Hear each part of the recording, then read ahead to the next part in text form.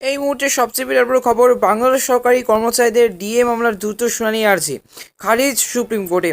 বাংলা সরকারি কর্মচারীদের ডিএ মামলার দ্রুত শুনানির আর্জি খারিজ করে দিল সুপ্রিম কোর্ট। নির্দিষ্ট দিন অর্থাৎ 5 ফেব্রুয়ারিতেই হবে মামলা শুনানি, ডিএ মামলা শুনানি। বাংলার রাজ্য সরকারি কর্মচারীদের জন্য বড়সড় ধাক্কা, আর সেই ধাক্কা দিল দেশের সর্বোচ্চ আদালত সুপ্রিম কোর্ট। রাজ্য সুপ্রিম কোর্টের রাজ্য সরকারি কর্মচারীদের একাংশ কেন্দ্র সরকারের হারে মহার্ঘ ভাতা বা ডিএ দেওয়ার দাবিতে আন্দোলন চালিয়ে যাচ্ছেন। শুধু তাই নয়, তা নিয়ে মামলা চলছে সুপ্রিম কোর্টেও।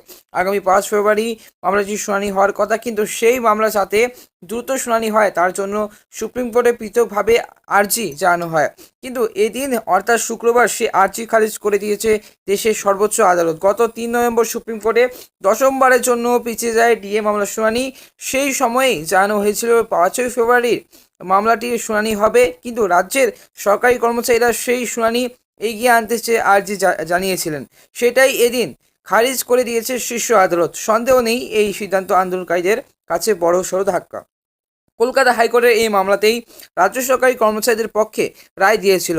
সেই রায়ের উপর স্থগিতাদেশ চেয়ে এবং স্থগিতাদেশ চেয়েই কিন্তু সুপ্রিম কোর্টে চায় রাজ্য সরকার। 2022 সালে 20 মে রাজ্যের সরকারি কর্মচারীদের 31% হারে ডিএ দেওয়ার নির্দেশ দেয় কলকাতা হাইকোর্ট। সেই নির্দেশকে চ্যালেঞ্জ করে সুপ্রিম কোর্টে গিয়েছিল রাজ্যের যুক্তি ছিল, হাইকোর্টের সিদ্ধান্ত মেনে ডিএ দিতে হলে প্রায় 41,770 কোটি টাকা ব্যয় হবে, যা রাজ্য সরকারের পক্ষ এই মুহূর্তে কিন্তু বহন করা কঠিন। এই মুহূর্তে রাজ্য সরকারি কর্মচারীদের দেওয়ার কিন্তু সঠিক টাইম নয়। 2022 সালে 3 নভেম্বর সেই মামলা দায়ের হয় শীর্ষ আদালতে। প্রথম শুনানি হয় 28 নভেম্বর। রাজ্যের পক্ষে সওয়াল করেন আইনজীবী মুকুল রোহতগি। সেই দিনেই সুপ্রিম কোর্টে জানিয়ে দেয় পরবর্তী শুনানি 5 ডিসেম্বর মামলা শেষ হবে। পরে রাজ্য আইনজীবী বদল করে অভিষেক মনু সিংভিকে দায়িত্ব দেয়। এরপর থেকে একের পর এক তারিখ কিন্তু দেওয়া হলেও নানা কারণে শুনানি পিছিয়ে গিয়েছে। গত 14 জুলাই নবমবার পিছিয়ে পরবর্তী শুনানি তারিখ দেওয়া হয় 3 নভেম্বর। বাংলায় 2020 সালে রাজ্যে ষষ্ঠ বেতন কমিশন চালু হওয়ার পরে 3% ডিএ বেড়েছিল। এরপরে কিন্তু চলতি বছর বাজেটের সময়ে কিন্তু আরও 3% ডিএ ঘোষণা করেন মুখ্যমন্ত্রী মমতা বন্দ্যোপাধ্যায়। তবে এই সময়ের মধ্যে দফায় দফায় ডিএ বাড়িয়েছে কেন্দ্র। তবে গত 29 তারিখে রাজ্যের মুখ্যমন্ত্রী রাজ্য বিধানসভা দাঁড়িয়ে মহার্ঘ ভাতা নিয়ে সাফ জানিয়ে দিলেন যে এই ভাতা বাধ্যতামূলক নয়, সম্পূর্ণভাবেই ঐচ্ছিক। বলেছিলেন, ডিএ বাধ্যতামূলক নয়, ঐচ্ছিক বিষয়। কারো যদি কোনো আপত্তি থাকে সেক্ষেত্রে গিয়ে কেন্দ্র সরকারি কর্মচারীদের চাকরিতে যোগদান করুক, কাউকে বাধা দেওয়া হয়নি এবং আমরা কাউকে আটকাইনি। মনে রাখুন, কেন্দ্র 3 থেকে 4 দিন ছুটি দেয়, আমরা সেখানে 40 থেকে 45 দিন ছুটি দিয়ে থাকি।